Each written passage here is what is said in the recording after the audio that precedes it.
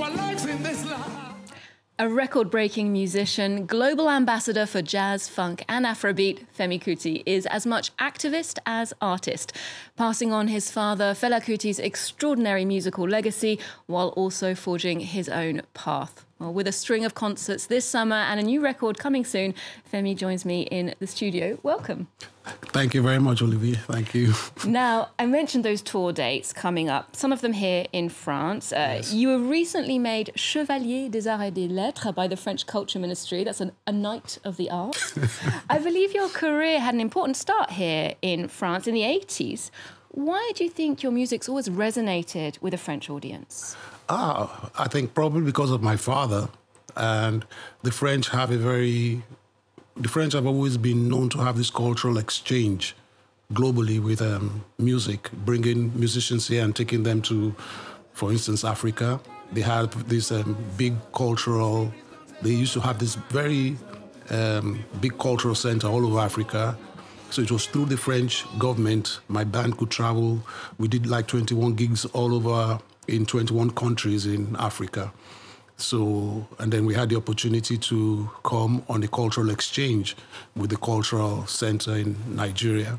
So we came to Angoulême then, and after that, we got the break in coming to France regularly. And so France, as my management was in France, my producer, my friends, I have so many friends, tight friends who are like family here. So I kind of made Paris my second home. I love the area of Châtelet. I like to just sit there, drink coffee. So I got addicted to the French coffee and du pain with a bit of the beurre.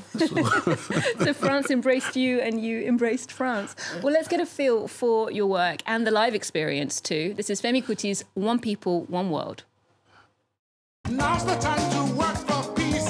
It's our responsibility. One people, one people, one world, one world, one world, one people, yeah.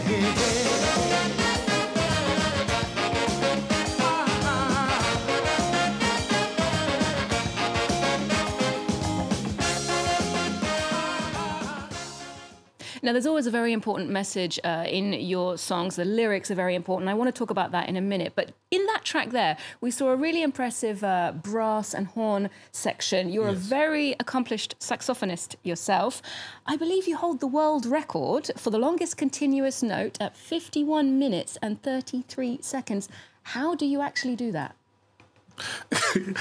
It was very stupid of me, basically. I thought the record was 4 minutes, and I used to do this long note till I realized it was 47 minutes. And then I broke it that night, one night. I was just trying, and I said, wow. And I'd been trying for about 20 years, you know, and suddenly I realized I could break the record. And when I did, they said, no, there's somebody else who has the record. So I went on the internet and found somebody even has 50 minutes. So I made a promise I was going to break it. And then my mouth was so sore, and I'd already boasted. Being the son of my father, of course, I made a lot of, I'm going to break it. And I got to say, I said, wow, how am I going to do this? And my son says, don't worry, Dad. When you see the audience, you'll be inspired. And I probably would have gone past 51 minutes, but when I broke it, the whole place just erupted. You've done it. So they all came on stage touching me. And I was trying to say, stop, don't touch me. Leave me, let me finish. So, wow. Well, I got up to 51 minutes, and I was very happy because every time I did that circular breathing, people were like, well, so what? There's a world record and you'll never beat it. So now I can get it. I got it off my mind, and I can play some good music now. So it's all down to that secret of circular breathing? Yes. Okay. Well, as I mentioned, activism is a driving force in your music. The message and also the performances you choose to do, the festivals you decide to play at. One of those was the Global Citizen Live event in 2021, which had some large humanitarian and ecological goals. Here's Femi Kuti and his band on stage at the New Africa Shrine in Lagos with the track Africa Will Be Great Again. Don't be tired, be inspired. Africa will be great again. Africa will be great again. Africa will be great again. Africa will be great again.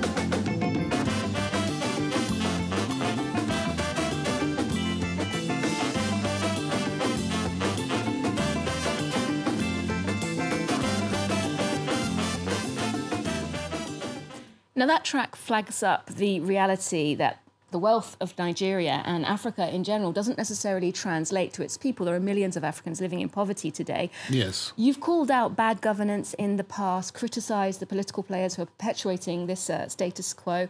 How do you see the situation in Nigeria right now? I think it's still terrible. I think it's so sad because Africa should be in the forefront of greatness. Africa should be in the forefront of spreading love. And it's sad that we're not there. And we should not fail to understand Europe and the West and instigating this poverty for their own means. And I think if the world truly did work together, the world should just be one big happy place. And I think world leaders just complicate this issue instead of bringing simplicity to our lives. And for instance, Africa should have, just imagine we had a railway line from Lagos to Johannesburg. The jobs that would be created with technology, I mean, it stopped from Lagos, Cameroon, Kenya, Zimbabwe, you just create love. And when we want to even buy a railway, we buy one of the worst you can imagine that goes so slow that they've been using from the Second World War that is going chicka, chicka, chicka, and every time our leaders bring anything to Africa to help Africa, they always bring the inferior quality. Now, for instance, let's talk about the migrant crisis, which is one of the biggest problems in Europe. If Europe stops Africa and stops instigating or encouraging this corruption, forcing Africa to build great hospitals in Africa, great universities in Africa, good roads and all these things, then we're already stopping the migrant crisis because the educative information that should be passed from primary in Africa should be patriotism. We should love our countries more than anywhere else. But we look up to Europe and America and we neglect our own. So I think this is basically really, without expatiating further or taking too much time, basically the problem. I was brought up in a home where no matter where I go, Los Angeles, I still go back home to contribute as much as I can to make my environment better. So I take my music all the time. We build the shrine. We didn't build the shrine in Paris. We built the shrine in Lagos. And we keep saying, look, it can happen here. So we know we have the best doctors in the world. We know we have great engineers everywhere. So why is everybody leaving? So corruption is killing the continent. So we need to change that mindset. How do we change that mindset? African leaders are the only ones who can change that mindset. They have to stop being corrupt. They have to love their people more than themselves. We have to just change our total mind thinking. And Europe must stop encouraging this corruption. Indeed, that question of African advancement and politics is very important to your father as well, Fela Kuti. Yes. So he's someone who has an incredible musical, cultural, political legacy, which you promote and safeguard today. But how did it feel being Fela Kuti's son when you started out in the industry? Was it intimidating or inspiring? A lot of people discouraged me because it was, you will never be like your father, you can never be like your father. Then I left, which made matters worse for me. And so it took me like 10 years for people to truly understand where I was coming from. I had to be myself. I knew I could never be my father. I didn't want to be my father. I loved my father. My father was, I can't explain the love. So it wasn't like I was challenging my father. It was, I had to find myself because there was no way I would be him, but I could be Femi Kuti. I could be Femi Kuti. Like I tried to be Charlie Parker. I knew I could never play like Charlie Parker. So I appreciated Charlie Parker or Dizzy Gillespie or Miles Davis or all these great people I listened to. So I had to find my own voice musically. So I knew I had to find my being as a person as Fela's son. So somebody, I think if I was my father, trying to be my father, I don't think he would even have appreciated me before he died. If my son tried to be me, I would like be, what are you trying to do? I want you. I didn't give birth to me. I gave birth to you. Show me your love. Show me you. Let me appreciate you in life. Yeah. So that's the way I see life. And I think today, people have understood where I was coming from. Now, lastly, if we go through a proverb, if you wait for your father's inheritance, what if you die before your father?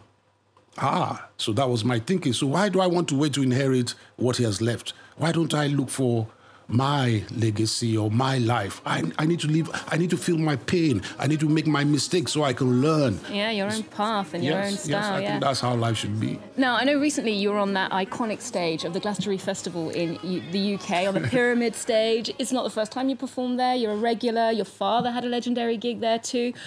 At festivals like these, the audience changes, it gets younger, but the thirst for Afrobeat never seems to go away. Why do you think the genre is still so appealing? Because the founder of this great music was sincere. He had all the qualities that you need to sustain such great music. So, first of all, his sincerity, he had to be honest with himself.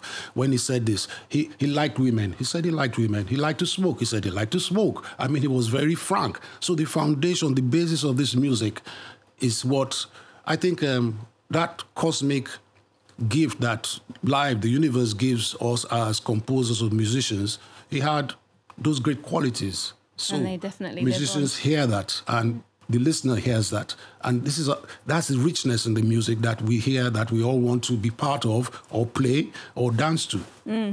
Now, finally, we asked you for a cultural tip, and you pointed us in the direction of music, of course, a band you've been on stage with recently at Glastonbury, Coldplay. You've been listening to their new album, especially the track Feels Like I'm Falling in Love. What did you love about that song? I don't sing love songs, so I'm very more political. So it was just refreshing for me to, nice, I feel I'm falling in love. It's something I could, if I wasn't so politically involved, probably something I would love to sing myself. And Coldplay, I like them because they sing about humanity. They're very conscious in a very nice, moderate way.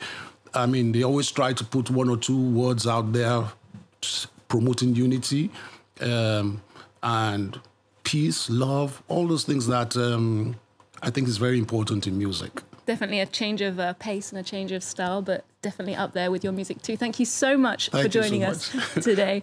We'll leave you with that track from Coldplay's upcoming album, Moon Music, which will be released in October. Otherwise, do join us here for more arts, music and culture on Arts24 and on our social media too.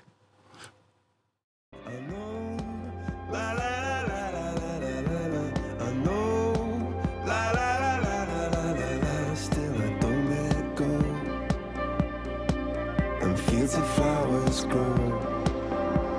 Oh, it feels like I'm falling in love.